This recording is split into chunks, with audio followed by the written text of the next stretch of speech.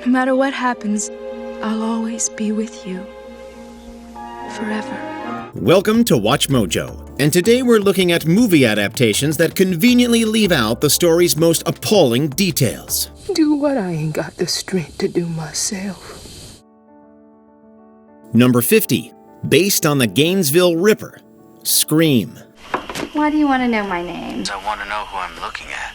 In 1996, Scream slashed its way into theaters, revitalizing the horror genre. But did you know this cult classic was inspired by a real-life nightmare? In 1994, Kevin Williamson was a struggling writer and actor. One day while watching TV, he was fascinated by a program detailing the case of a serial killer dubbed the Gainesville Ripper. Danny Rolling was a drifter who wandered into the town of Gainesville, Florida. There, he terrorized the city with the brutal murder of 5 college students. Like the killers in Scream, Rolling was filled with a twisted desire for notoriety. Danny is wearing a mask, and he's got a large military knife, so he's a very terrifying character. Williamson converted a true story of fear, terror, and sorrow into a script that brought a humorous twist to the slasher genre. Number 49. Chris Kyle's Lack of Regret, American Sniper. If you think this war isn't changing you, you're wrong. Chris Kyle wasn't just a SEAL sniper, he was the SEAL sniper. The U.S. Navy credits Kyle with a staggering 160 confirmed kills in Iraq. In 2014, his story was adapted into the film American Sniper, starring Bradley Cooper. Cooper's performance was masterful, portraying a reluctant killer determined to protect his family, his brothers, and his country. He is a trained killer for whom killing is a job, not a calling. The real Chris Kyle was a little different. He enjoyed his reputation as a seasoned killer, even taking credit for stateside murders that never happened. He said that the government sent him to New Orleans during Katrina, where he murdered 30 alleged looters. He also claimed to have murdered carjackers in Texas. What's happening? I'm ready to come home, baby. Number 48. The Toohey family wasn't so kind. The Blind Side. Michael, honey, I need for you to just listen to me, all right? You dare lie to me. Not stupid.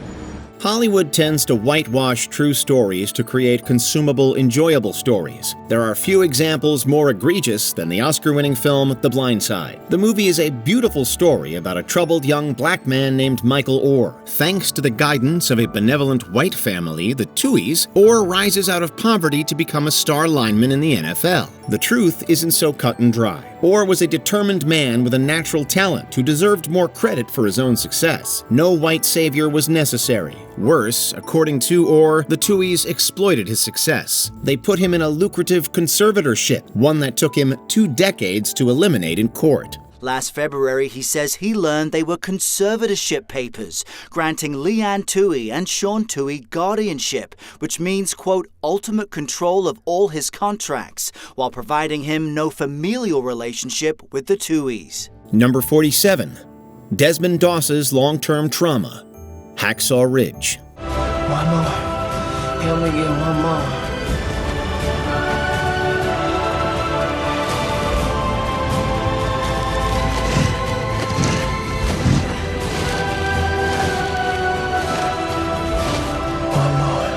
Hacksaw Ridge is a World War II epic inspired by the incredible true story of Desmond Doss. Doss was a conscientious objector and combat medic who saved 75 men at Okinawa without firing a single shot. While the film captures his bravery, it leaves out the years of suffering he endured after the war. Doss was severely wounded by a grenade, losing partial function in his arm. A year after the war, he contracted tuberculosis and went through more than 5 years of treatment. By 1951, he lost 5 ribs and a lung to surgery. He would spend the rest of his life battling pain and illness. And what you did on that ridge is nothing short of a miracle. And they want a piece of it. And they're not gonna go up there without you. Number 46. The Nazi-sympathizing almost king. The King's Speech. Hollywood cannot resist an uplifting story. The King's Speech was no exception. The movie tells the story of how King George VI overcame his stutter to rally Britain during World War II. It fails to mention that his older brother, Edward VIII, the guy he replaced, was cozying up to the Nazis. Edward had abdicated the throne to marry an American socialite. He was also a well-known Nazi sympathizer. Edward even met with Hitler in 1937. There is even evidence to suggest that he encouraged the Nazis to bomb Britain. This is not about abdicating the throne. This is a man who will stop at nothing to usurp the throne. Edward wanted to come back as a Nazi-installed leader. The British government had to send him off to govern the Bahamas just to keep him from causing trouble. Had Edward VIII remained king, World War II might have looked very different. All that work down the drain. My own brother, I couldn't say a single word to him in reply. Number 45. False Hope. Changeling. On March 10th, my 9-year-old son, Walter Collins, disappeared. And a 5-month investigation led to a boy being brought to Los Angeles from DeKalb, Illinois. They told me and all of you that this boy was my son. He was not my son. The LAPD made a mistake. Clint Eastwood's Changeling tells the heartbreaking true story of Christine Collins, whose son Walter vanished in 1928. The film portrays the LAPD as both corrupt and inept, trying to pass off a random boy as her son. On that score, it was depressingly accurate. Changeling unfortunately leaves out one of the most gut-wrenching details. Christine Collins died without any closure. While the film suggests that Walter was likely a victim of the Wineville chicken coop murders, his fate was never confirmed. Christine spent the rest of her life searching, hoping against hope that Walter was still alive. She died in 1964, never knowing the truth. Hollywood loves a dramatic ending, but real life doesn't always tie things up so neatly. Number 44. Erasing an entire brother. The Iron Claw. Do you think you know why you're sad?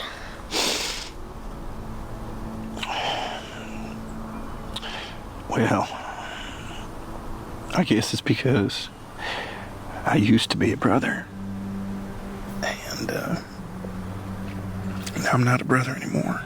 The story of the Von Erich wrestling dynasty is one of abject sorrow. The Iron Claw does a great job of capturing the emotional truth of the family's tragic tale. It does, however, remove an entire brother, Chris Von Erich. The youngest of the Von Erich brothers, Chris idolized his family, following in their wrestling footsteps. Unfortunately, he lived with asthma. His treatments left him with brittle bones. Chris constantly suffered injuries, hampering his career.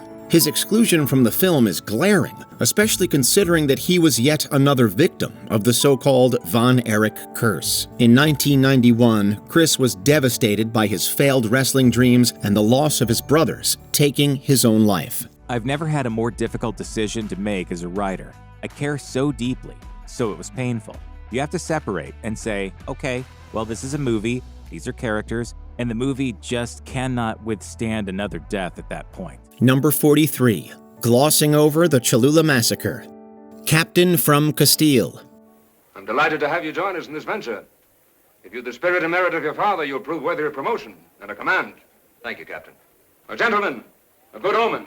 The Spanish conquest of Mexico has been romanticized for centuries, including by Hollywood in the film Captain from Castile. The truth was much uglier, savage, and more duplicitous. In the film, a young conquistador heroically follows Hernan Cortés, navigating a twisted web of internal Spanish politics. The movie climaxes with a glorious march on the city of Cholula as they make their way to Tenochtitlan. It doesn't go into any detail as to the events that unfolded there. In real life, the city was decimated. Cortés and his Tlaxcalan allies captured Cholula's leaders, accused them of treachery, and murdered them. What followed was a brutal sacking known as the Cholula Massacre. In under 2 hours, more than 6,000 civilians were killed.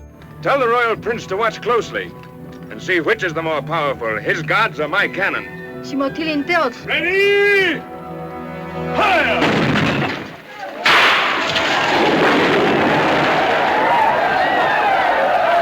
Number 42. A Scottish cannibal and his murderous clan.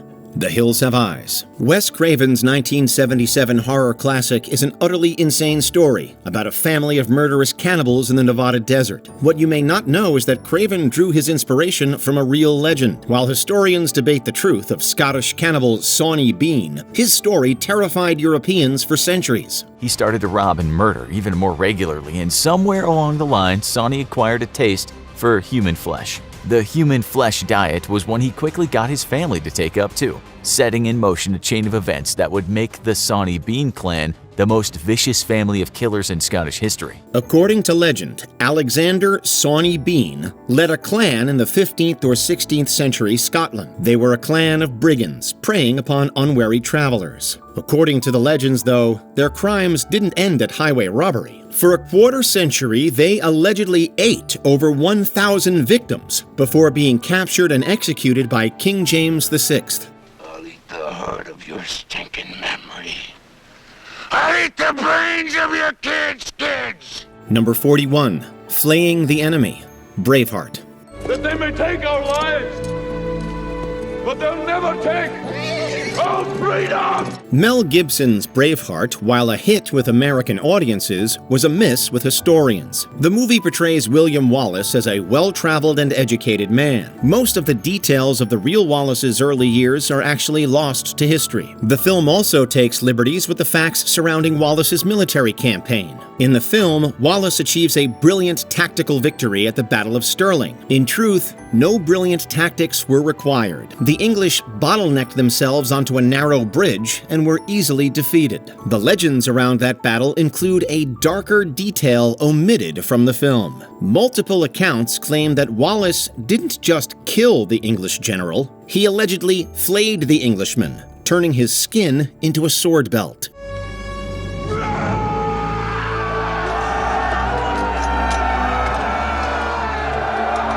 Number 40. Thousands Frozen to Death. Battle of the Bulge. December 1944. British and American armies were on the threshold of victory. Stretched across half of Europe, the Allies gathered themselves for the final assault on Germany. Hollywood in particular has a long and sordid history of using movies to gloss over nasty, inconvenient facts of war. There are few examples more absurd than the movie Battle of the Bulge. The film gets so many details wrong, it's almost near parody. The film often forgets the most important detail of the Battle of the Bulge. It happened during winter. Despite some snowy locales, the film's sunny, lush green locations gloss over the battle's horror. The freezing rain and snow cut off most soldiers' visibility, leading to hundreds of cases of frostbite and trench foot. Tanks had to literally be chiseled out of blocks of ice. Hundreds of wounded soldiers froze to death long before any help arrived. They've abandoned their tanks, and they're walking back to Germany. Number 39. Exaggerated Nobility. Captain Phillips. Captain, relax. Nobody get hurt. No Al-Qaeda here.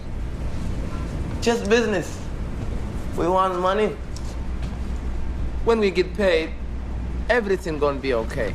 When you want your film to star an older white man of unshakable moral fiber, you cast Tom Hanks. That's at least what the producers of the film Captain Phillips believed. Tom Hanks stars as Captain Richard Phillips, the hero of the 2009 Maersk, Alabama hijacking. In real life, Phillips was surrounded by controversies. Several crew members allege that Phillips ignored maritime warnings to steer at least 600 miles off the Somali. Well, all ships have been warned. Perry is talking about a series of 7 emails sent to the Maersk, Alabama by a private maritime security agency specifically warning of Somali pirate attacks and advising ships to steer at least 600 miles off the coast. It was well-known pirate territory, but Phillips chose a closer route to save time and fuel. This decision, they claimed, led to the hijacking. The crew filed lawsuits against the shipping company, asserting that Phillips' negligence endangered their lives. The lawsuits were reportedly settled before trial. You had $30,000 and a way to Somalia. It wasn't enough. Number 38. Civilians were slaughtered during the land invasion. Okinawa. Hollywood can't help but propagandize the nobility and righteousness of U.S. forces during World War II. This 1952 naval epic is a shining example. The movie follows the crew of a U.S. destroyer as it engages in the naval half of the Battle of Okinawa. It hyperfixates on the terror and moral atrocity of kamikaze pilots while failing to address the abject horror of the land invasion, later dubbed the Typhoon of Steel. They don't care about anything. They want to die. They live to die. Following the war, reports detailed the atrocities committed there by both America and Japan. Each side approached the battle without regard for the lives of native Okinawans. Women were assaulted. Children were kidnapped and died. By some estimates, the battle killed half of the island's pre-war population of 300,000. In my book, they weren't crazy, if that's what you mean. They were just kids. They were taught a way of death instead of a way of life. Take away their teachings, perhaps their teachers. They could be the same as any of us. Number 37. The exact opposite of the truth. Artemisia. C'est lui qui a demandé à voir ce que je fais. C'est un gentilhomme. When real-life stories are adapted to film, it's often understandable when details are changed in order to tell a good story. The changes made in the 1997 film Artemisia, however, are repulsive. Artemisia Gentileschi was one of the most renowned female painters of the Baroque era. The film falsely presents her relationship with Agostino Tassi as a consensual romance. In reality, Tassi assaulted her. In the film, Artemisia denies the allegations. In reality, she testified under oath to confirm the assault, leading to Tassi's conviction.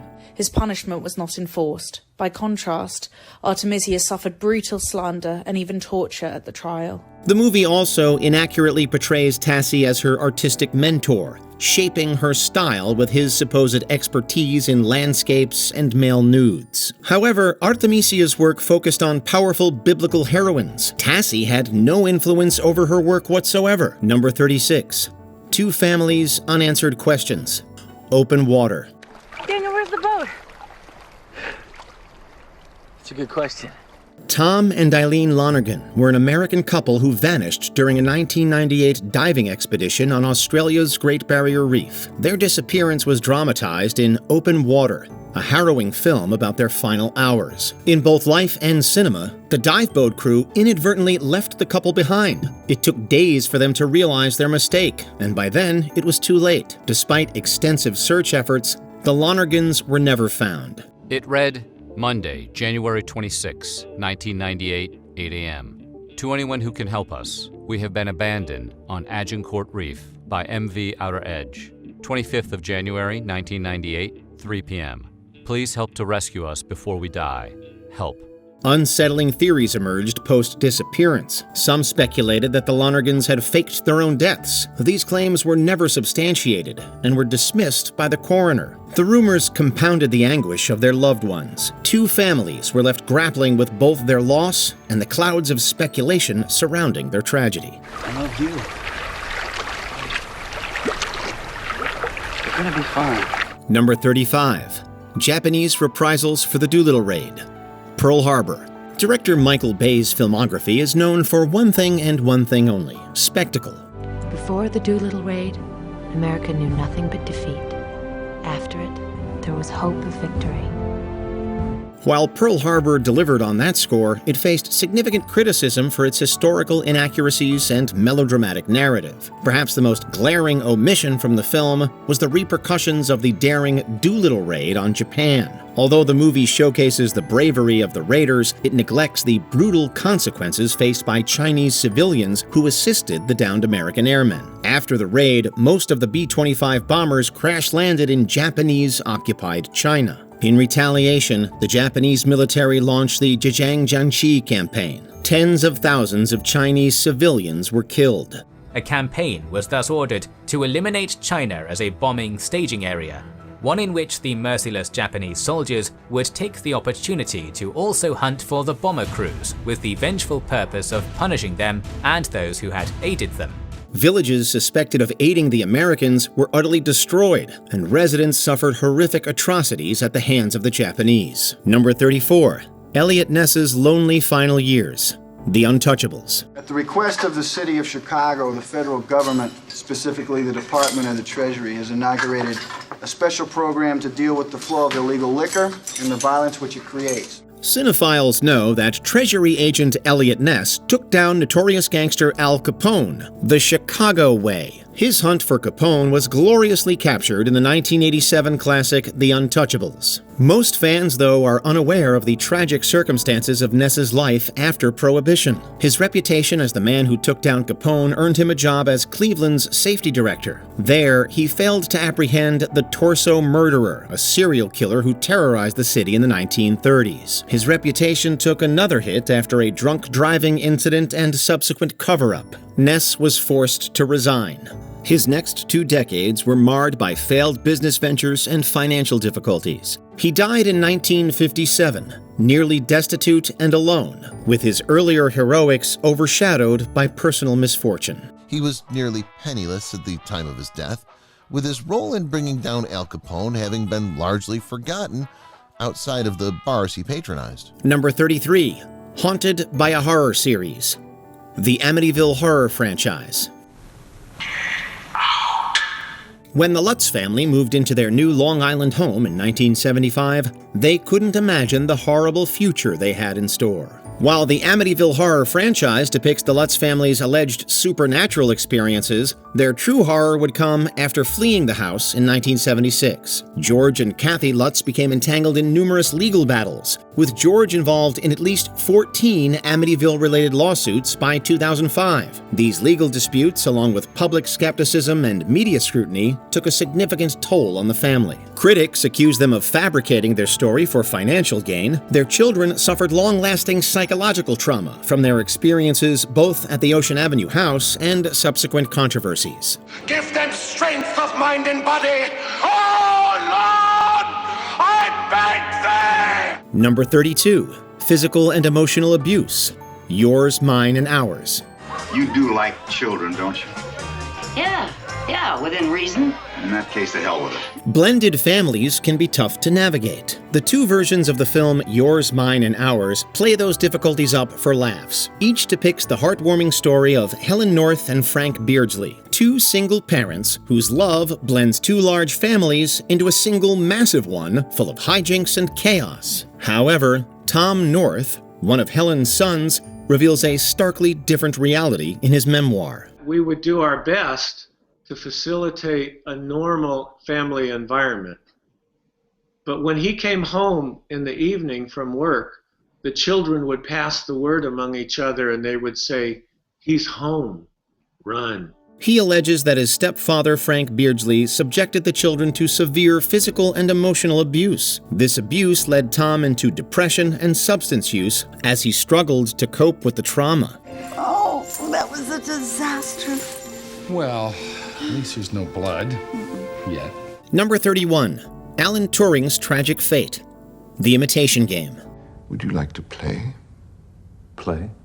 It's a game. A test of sorts. For determining whether something is a machine or a human being. Alan Turing was an absolutely brilliant mathematician.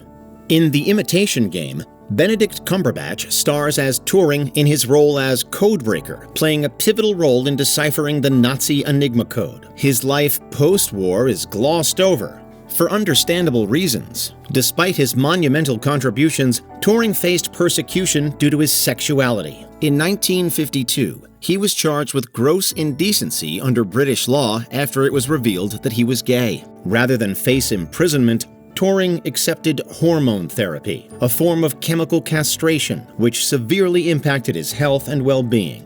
After his conviction, he was barred from doing any further government work, and his security clearance was revoked.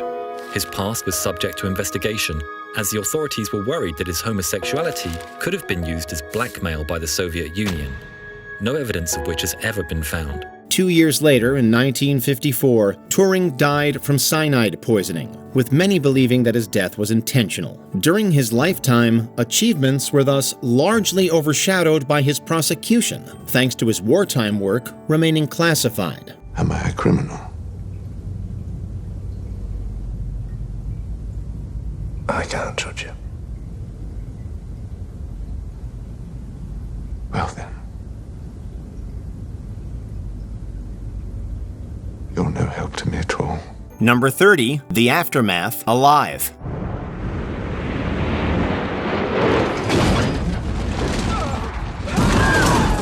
The true story that inspired this movie is chilling, and its representation on the screen stops short of the full picture. Alive is an account of the aftermath of the Andes flight disaster involving Uruguayan Air Force Flight 571. Crash survivors spent 72 days in the harsh Andes Mountains before they were rescued. This point marks the end of the 1993 dramatization.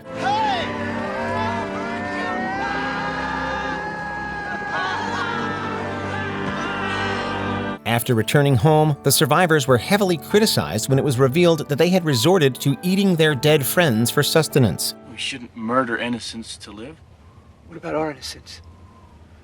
What's going to become of our innocence if we survive as cannibals? Even with such a great loss to bear, the father of one of the dead victims was arrested for grave robbing when he went up to the mountain himself to retrieve his son's remains after they were buried. Number 29, The Abandoned Bus, Into the Wild.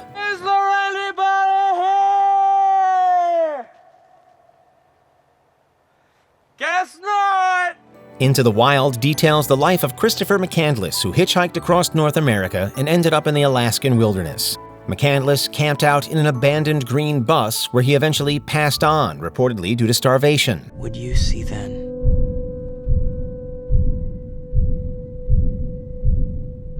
what I see now? After being documented in the biographical book of the same title, McCandless's story became a cultural phenomenon and inspired quite a lot of people to tread the same path as him. If you want something in life, reach out and grab it. In the years following the book's publication, many hikers journeyed to McCandless's abandoned bus, with 2 people losing their lives in the process and countless others needing to be rescued. To prevent further harm, the bus was removed from its original location. It currently sits in a museum at the University of Alaska, Fairbanks. Number 28, Mulan Ends Her Life, Mulan. Mulan is a badass in this movie, and she is just as cool in the legends that the film was based on. Mulan did join the army, according to Chinese legends, and she kicked ass throughout her military career. We must be swift as the coursing river. Disney said that she was cast aside when her identity was discovered, but proved herself when she saved the Emperor from the Huns. You have saved us all.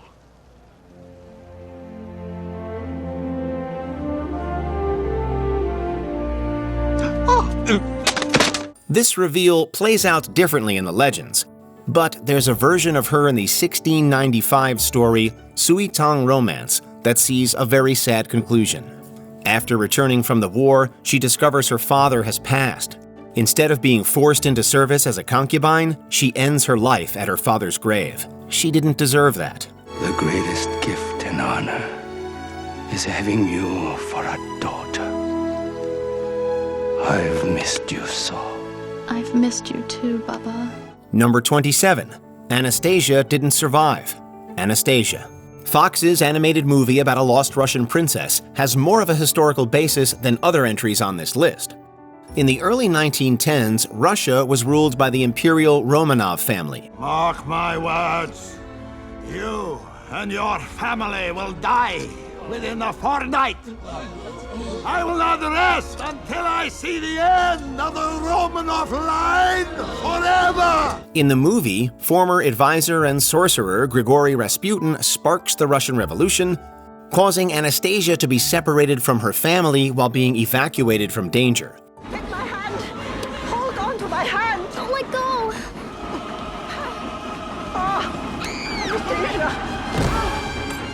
Anastasia! But that is an alternate history retelling. In the real world, Rasputin was assassinated in 1916, before the execution of the Romanovs in 1918 by Bolshevik revolutionaries. This film was based on the rumors that Duchess Anastasia escaped due to a number of imposters who had come forward in the years since. Haven't you been listening? I've had enough. I don't care how much you have fashioned this girl to look like her, sound like her, or act like her. In the end, it never is her. Her remains were eventually found, confirming her horrible fate. Number 26. Sleeping Beauty's problematic origin. Sleeping Beauty. Sleeping Beauty is a Charles Perrault-inspired story that leaves out shocking moments from its source material.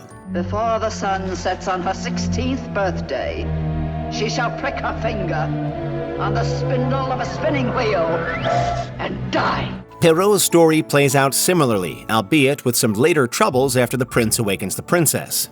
But Perrault simply adapted another version of the folktale, published by Italian author Giambattista Basile. It's Aurora! She's here! And Philip! In his version, the Sleeping Beauty, named Talia, is beset upon by a wandering king. He brings her to bed, leaves, and she gives birth to twins, all while asleep. Once the king comes back, his queen tries to remove Talia and the children from the equation, but the king instead turns on his wife so he can now commit to his new family. This one is both weird and disturbing. Now shall you deal with me, O prince, and all the powers of hell! Number 25. ALS diagnosis, Rescue Dawn. I'm not gonna fail us! I'm not gonna fail! Dieter Dengler was a pilot for the U.S. Navy during the Vietnam War who was captured and held prisoner for 6 months. Dengler managed to escape and spent the next 23 days in the jungle before he was found and rescued by an American pilot.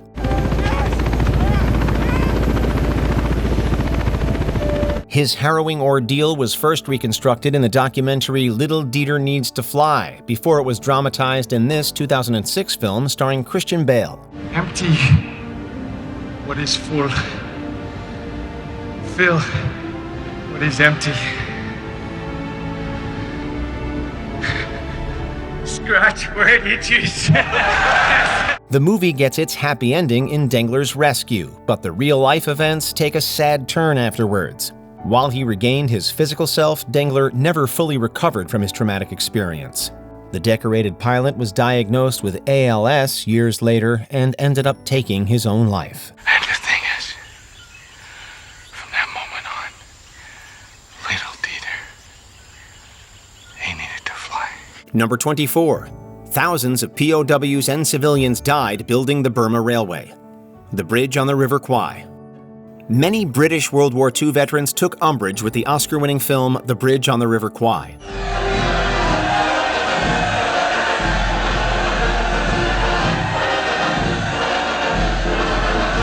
It portrays a British commander, played by Alec Guinness, who takes pride in ordering his imprisoned men to build a bridge for the Japanese. In actuality, when forced to build the Burma Railway, British officers encouraged sabotage. In a BBC interview, a former prisoner said that an officer like the movie's Nicholson would have been killed. Conditions, too, were far worse than the movie depicts. Tens of thousands of laborers from Thailand, Burma, and Malaysia were conscripted to aid in construction. The appalling conditions have made us dangerously thin. We have no beds, inadequate shelter, atrocious diet, and no sanitation. By the end of the war, 13,000 POWs died from exhaustion, thirst, starvation, and disease. Between 80 and 100,000 civilians also died. Number 23. The KKK were terrorists, not heroes. The Birth of a Nation. The Birth of a Nation was the first blockbuster ever produced.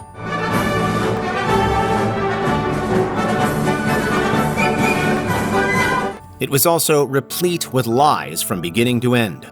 Covering both the end of the Civil War and the Reconstruction era, the movie doesn't just spin history, it invents it. The film shows black militias roaming the hillside, murdering Southern families. The KKK, however, are just honest white folk defending their homes.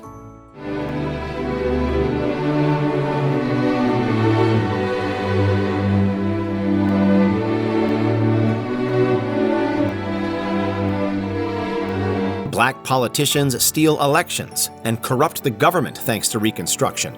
History reveals that the opposite was true. The KKK and similar groups attacked communities all over the American South, stamping out black voting whenever possible. In Opelousas, Louisiana, a sister organization to the KKK murdered 200 black people to stop their votes.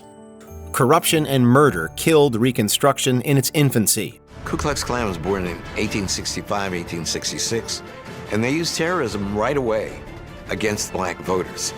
Number 22. The Killings, My Friend Dahmer. My Friend Dahmer doesn't delve into the outright horror that serial killer Jeffrey Dahmer would become known for, but that doesn't mean it's not without its tenser moments. Sorry, man. My mom will just kill me if I don't get home for dinner on time, so...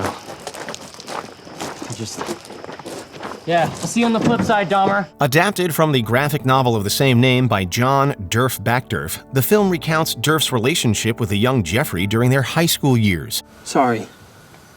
Why'd you do that? I just wanted to see what its insides looked like. Throughout the film, a series of red flags regarding Jeffrey's behavior goes largely unnoticed. And the film ends with him picking up a hitchhiker named Stephen Hicks, who was Dahmer's first victim in real life. My name's Jeffrey. Stephen Hicks. Nice to meet you. Obviously, the film never purported to be about the murders, instead opting for a fascinating look at nascent psychopathy. Plus, there are other biopics that do get into the nitty-gritty of it all. Number 21. 67 Exorcisms. The Exorcism of Emily Rose. Don't ask it any questions or pay any attention to what it says. It? We won't be dealing with Emily tonight. Part demonic possession movie, part courtroom drama, The Exorcism of Emily Rose tells the story of a college girl who dies sometime after a failed exorcism and the subsequent trial of the priest for negligent homicide. Though alleging to be about a real person named Emily Rose, the film actually took inspiration from the story of a German woman named Anneliese Michel. And I am Lucifer, the devil in the flesh. Whereas Emily has a single exorcism performed on her in the movie, hence the singularity in its title, Michelle reportedly underwent a whopping 67 over the course of 10 months before succumbing to malnutrition. Did you encourage her to eat? Yes, every time I saw her, but the few times she tried, it seemed like she couldn't swallow or she couldn't keep it down. We can understand why the movie would want to streamline things, but truth really is stranger than fiction. Is there anything else you'd like to say about Emily? No.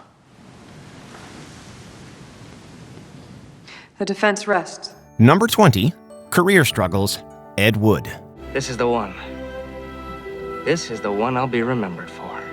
If you know anything about the real Ed Wood, then you know that his whole career was filled with ups and downs. Mostly downs, come to think of it. But his real life, post-Plan 9 from Outer Space, doesn't exactly match the tone of the final scene. Let's get married. Huh? Right now, let's go to Vegas. But Eddie, it's pouring and the car temp is stuck. Boy, it's only a 5-hour drive and it'll probably stop by the time we get to the desert. Heck, it'll probably stop by the time we get around the corner. Let's go.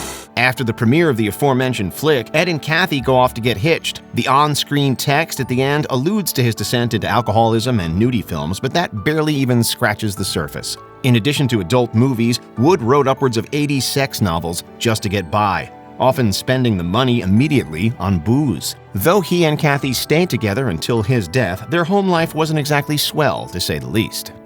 Number 19. Hindered Acceptance Speech, A Beautiful Mind. Ron Howard's A Beautiful Mind is an emotionally wrought exploration into a psyche that is both brilliant and damaged, showing the toll schizophrenia had on mathematician John Nash. Saw my name on the lecture slate. You lying son of a bitch! Who are you talking to? Tell me who you see. Though the depiction of the disease wasn't entirely accurate to Nash's experiences, they work in a narrative sense. After a heavy 2+ hours of runtime, Nash accepts the Nobel Prize and dedicates it to his wife Alicia in a speech. It is only in the mysterious equations of love that any logical reasons can be found. I'm only here tonight because of you. As cathartic as this moment is, Nash's disease prevented him from making any such speech in real life. Though the movie came out 14 years prior, it should be at least mentioned that Nash's story would end in tragedy, as he and Alicia were killed in a car accident in 2015. Number 18. Failed Businesses, Schindler's List. As if Schindler's List wasn't horrific enough. And no, what we're about to describe is nothing compared to the actual horrors of WW2, but it is interesting nonetheless. I could have got more, and more if I just I could have got more. Oscar, there are 1,100 people who are alive because of you. Look at them. After the war, Oskar Schindler found himself financially reeling, proving no good deed goes unpunished. He moved to Argentina and raised chickens for a while, but this venture eventually went belly up and he returned to Germany. That's to be expected. Startup problems. This isn't pots and pans. This is a precise business. His subsequent business ventures were even less successful, forcing him to declare bankruptcy in 1963. On-screen text acknowledges this, but not long after, Schindler suffered a heart attack, and from then on was sustained on donations from the families that he helped save. Though there's some heartwarming humanity there, it's still saddening to hear that he didn't prosper as much as he deserved. Number 17. Divorce and allegations of mistreatment, the theory of everything. If someone is prepared to offer it, I want to reject. The theory of everything definitely depicts the fraught ending to Stephen Hawking's marriage to Jane Wilde. But while the punctuating on-screen text is right in that they eventually stayed friends, it leaves out a good portion during which they decidedly were not. During their marriage, Hawking became close to one of his nurses, Elaine Mason. Hawking actually left Wilde for Mason in 1995, but his second marriage may not have been so peachy either. In the early 2000s, police started an investigation on concerns that Hawking was being physically abused, but it was quickly closed when Hawking refused to make a statement. Hawking and Mason divorced in 2006 before his passing in 2018. Number 16. No Revenge, The Revenant. It's a little weird to call an ending horrific because it didn't actually have a violent confrontation, but such is the nature of The Revenant. In the movie, frontiersman Hugh Glass goes through hell after his son is murdered and he's left for dead, ultimately tracking down, then getting revenge on the man responsible. You came all this way just for your revenge, huh? Will you enjoy it, Glass? 'Cause there ain't nothing gonna bring your boy back. In reality, Glass got no such revenge. Of the two men who left him for dead, Glass tracked down a man named Bridges, but ultimately spared him on account of his youth and inexperience. The other, the John Fitzgerald depicted in the film, was virtually untouchable, having enlisted in the army, Glass telling him that he would kill him should he ever leave. The intent was there, but it's definitely less climactic. Unless he re-enlisted so he could justify killing again. These tracks right here are his. Number 15. The Davies Boys' Unhappy Endings, Finding Neverland. If you need evidence that real life is far from a fairy tale, look no further than the Davies Boys, the inspiration for Peter Pan and the Lost Boys. Finding Neverland ends sadly enough, with Peter Pan author J.M. Barrie adopting the Davies Boys after the tragic death of their mother Sylvia. She went to Neverland. And you can visit her anytime you like. If you just go there yourself. The final scene has a sadly uplifting undertone, but tragedy would follow the family in real life. Eldest son George was killed in a World War I battle in 1915, and in 1921, second youngest Michael drowned alongside a friend, with some questioning if it was wholly accidental. Mere months after Jack succumbed to lung disease in 1959, Peter himself took his own life, having struggled greatly for being the namesake of Peter Pan. And I would be extremely honored if you would allow me the use of your name for one of the characters. I don't know what to say. Say yes. Number 14. Whale's Ambiguous Fates, Big Miracle. Everyone loves an uplifting story about humanity banding together to save animals in need. So it's not surprising that Big Miracle ends with the trapped gray whales escaping their icy prison to freedom. You know what? I'm gonna miss them. Though Operation Breakthrough, the real-life rescue mission on which the film is based, ended in a similar manner, there wasn't nearly as much optimism to be had. Just stop fighting. That baby is gone. You can't change that. Though the baby whale did indeed die while the parents were freed from the section of ice that they were trapped in, their physical states after such an ordeal meant little hope that they'd survive much farther past the very similar terrain. No evidence was ever found either way, but many experts believe that the whales didn't get nearly as big of a miracle. Number 13. Unhappy Marriage, My Left Foot. Chris D. Brown was a man who endured many hardships in his life. While the biopic My Left Foot doesn't shy away from that fact, it did leave out a dark chapter of his story. His relationship with his wife, Mary Carr. Hello, my name is Mary. I'll be with you till you go on this evening. The film depicts Christie meeting Carr at a charity event, and the film ends with them celebrating with a bottle of champagne. What do we drink to? Let's drink to Dublin. To Dublin? Yeah. Why? Because Christy Brown was born there. Unfortunately, their happily ever after may not have been so happy after all. When Christy Brown died at the age of 49, a post-mortem analysis showed bruising on his body. Many suspected that the bruises were from neglect or from someone physically harming him. A biography was also eventually published that depicted Carr as being unfaithful. Is he good looking? Who? Your appointment.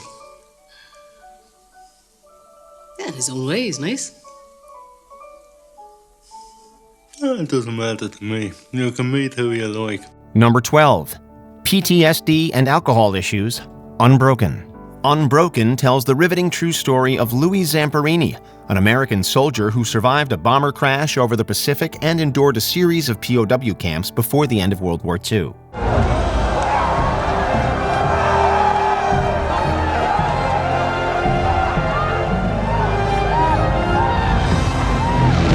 Sadly, as is the case with many veterans, Zamperini was plagued with post-traumatic stress disorder in the years following his return home. He had nightmares of confronting his captors that were so intense that he once attacked his wife at night before regaining his senses.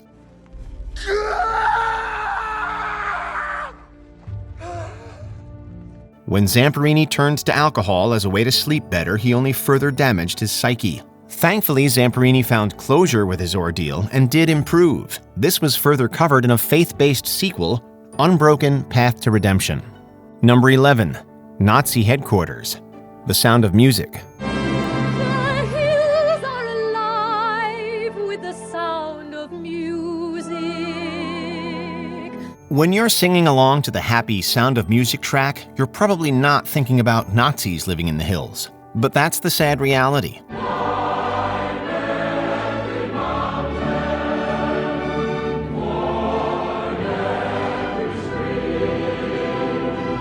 Sometime after the Von Trapp family vacated their Salzburg home in 1938, the house was seized and used as a headquarters for Nazi operations. It specifically served as the summer home for Heinrich Himmler, who was a major architect of many war crimes. The Von Trapp home was even visited by Adolf Hitler himself. Thankfully, the estate was turned back over to missionaries after World War II. We're not surprised that the Von Trapps left out a song about the house's regrettable history.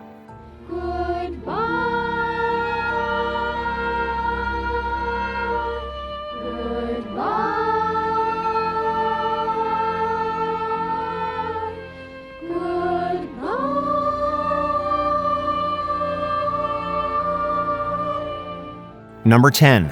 The Dark Final Years, The Aviator.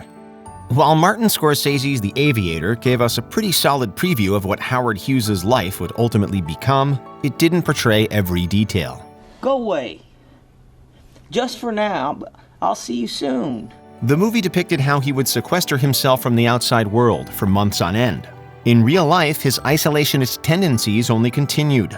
His germophobia also prevented him from seeing his own wife for several years before they divorced. By the time that Hughes died in 1976, he was so unkempt that his body was almost unrecognizable. He is to open the bag with his right hand and hold the bag out to me at a 45-degree angle so I may reach into the bag without touching the paper. Although Hughes had a stature of 6'4", he weighed a paltry 90 pounds by the end of his life. While we can't list all the crazy details here, we encourage you to look them up. They're as fascinating as they are disheartening. The way of the future. The way of the future. The way of the future. Number 9. The Bearded Lady's Life, The Greatest Showman. It's you, isn't it? Sir, I have to ask you to leave. You are so talented, blessed. Most audiences knew that The Greatest Showman wasn't entirely factually accurate, especially since P.T. Barnum had a notorious history. But it turns out the movie was omitting more than just the uglier parts of his story. Letty Lutz, the bearded lady, was based on Annie Jones. She was surrendered to his custody when she was just an infant. Not one to despair, Jones was an advocate for the rights of so-called freaks and even broke away from Barnum to promote her cause. But her dire financial straits forced her to return to work with him. I'm not scared to be seen. I make no apologies. This is me. Jones would succumb to tuberculosis at just 37 years of age. It's definitely not the big happy family ending the movie implied. Maybe you are a fraud. Maybe it was just about making a buck. But you gave us a real family. Number 8. A Firing. Remember the Titans. Remember the Titans is an inspiring true tale of uniting in the face of cultural and racial divides. But not every person involved was infallible. 8 years after leading T.C. Williams' first racially integrated football team to a state championship, Coach Herman Boone was fired. We will be perfect in every aspect of the game. You drop a pass, you run a mile. You miss a blocking assignment, you run a mile. You fumble the football, and I will break my foot off in your John Brown hind parts. The main reason he lost his position was because he was accused of harming his own players. This is no democracy. It is a dictatorship. I am the law. Although the firing was something of a shock to the city of Alexandria, 3 assistant coaches had threatened to walk if Boone was not relieved of his duties. Ironically, a movie called Remember the Titans forgot to talk about the unceremonious end to Coach Boone's career. He did a good job up here. He ran a tough camp from what I can see. Well, I'm very happy to have the approval of a 5-year-old. Number 7. Billing the family of a musician who lost his life. Titanic. What's the use? Nobody's listening to us anyway. Well, they don't listen to us at dinner either. Come on, let's play. Keep us warm. Orpheus. We know this epic disaster drama couldn't cover every single tragic story involved, even at over 3 hours. But this one is particularly interesting. After the RMS Titanic sank, over 1,500 people lost their lives. One of the bodies recovered was Jock Hume, a violinist who valiantly played amongst his compatriots as the ship sank. But his brave final actions were dishonored. Right, that's it then. Goodbye, Ollie. Good luck. Goodbye, Bollis. The company that employed Hume had the audacity to bill his father for the damage done to the uniform Hume was renting. And how did it get damaged? We have a feeling it had something to do with the tragic sinking of the Titanic. Thankfully, Hume's father chose not to pay the bill. Gentlemen, it has been a privilege playing with you tonight. Number 6. Death After Release. Conviction. Starring Hilary Swank and Sam Rockwell, Conviction is a fairly underseen legal drama about a woman who works to become a lawyer so she can personally get her incarcerated brother exonerated for a murder he didn't commit. A lot of grueling work later, the conviction is indeed overturned 18 years later, much like in real life. And the film ends with Swank's Betty Ann Waters sharing a tender moment with Rockwell's Kenny. Knowing you're out here, working so hard for me.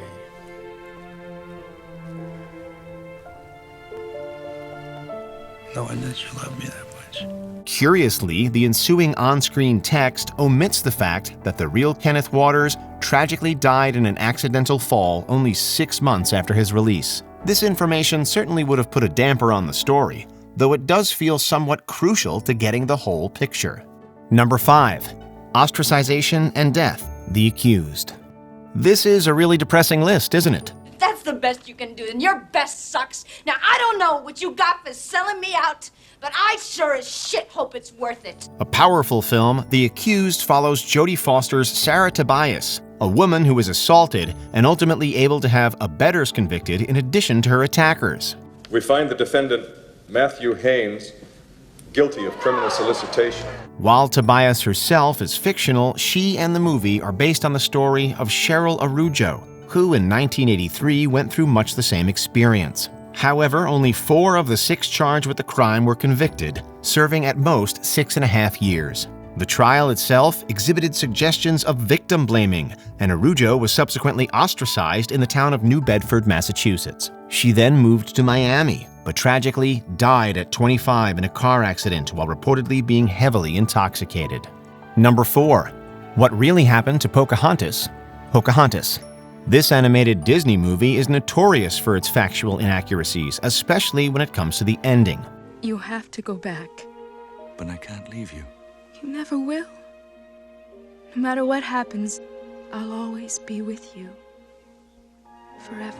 Although the film concludes with John Smith's departure from the Americas, it doesn't show that the real-life Pocahontas was subjected to a number of atrocities. She was captured by the English and used as a pawn in negotiations with her father, the chief of the Powhatans, for a full year. In 1614, she got married to tobacco planter John Rolfe, but it's unknown whether Pocahontas had a choice in their union. That if you know any impediment why you should not be lawfully joined together in matrimony, you will confess it.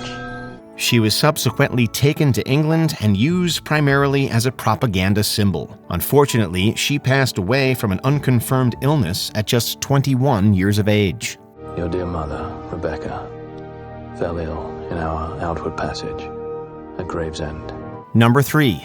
The town's continued decline. Erin Brockovich. While the real Erin Brockovich deemed the film to be about 98% accurate, this fascinating people's interest story doesn't exactly address what happened after David slayed Goliath. He's going to make them pay $333 million. Brockovich's class action suit was indeed successful, in that the business PG&E was mandated to compensate the families affected by the company's tainted water a whopping $333 million. In real life, many found that their cut was less than they expected. The law firm took roughly 40% of that cut, which is shown, but what's not shown is how unsatisfied many were with where the chips fell. Boy, do I know how you feel. The first time I heard that number, I said, you've got to be kidding me. 40 goddamn percent? Erin. I'm the one that's injured, and this joker sits at a desk all day, and he wants to walk away with almost half my reward. From there, the town of Hinckley, California turned into a proverbial ghost town. The fears of the water's furthered contamination drove away many residents. By the way, we had that water brought in special for you folks. Came from well in Hinckley. Number 2, Tate Murders, Once Upon a Time in Hollywood. You are... I'm the devil, and I'm here to do the devil's business. Much like Inglourious Bastards, Quentin Tarantino's Once Upon a Time in Hollywood is pretty upfront about changing historical details, specifically in regards to the Sharon Tate murders. Most everyone knows that pregnant actor Sharon Tate and 4 others were brutally murdered by members of the Manson family in 1969. So those watching this movie were probably expecting to see it. However, in an awesome display of cinematic justice, Tarantino has the Masonites taken out themselves by fictional actor Rick Dalton and his stuntman Cliff Booth, while Tate and the others are safe and sound. While some of the other entries probably could have included their real endings, this is one historical retconning we can totally get behind. Before we continue, be sure to subscribe to our channel and ring the bell to get notified about our latest videos. You have the option to be notified for occasional videos or all of them. If you're on your phone, make sure you go into Settings and switch on your notifications. Number 1. Disappearance After Freedom. 12 Years a Slave. You're not any free. And I promise you upon my liberation, I will have satisfaction for this wrong. Solomon Northup was a free black man living in New York when he was kidnapped in 1841 and sold into slavery in the southern United States. As the title suggests, he endured 12 grueling years before eventually regaining his freedom and reuniting with his family. I apologize for my appearance. But I've had a difficult time these past several years. Afterwards, he wrote the memoir of the same name and became an abolitionist. But 4 years after returning home, he disappeared again without a trace. It's possible that he was resold into slavery or that someone took his life. But his final fate is a sad mystery. Although the film acknowledges the uncertainty regarding his death, it omits just how bleak the end of his life might have been.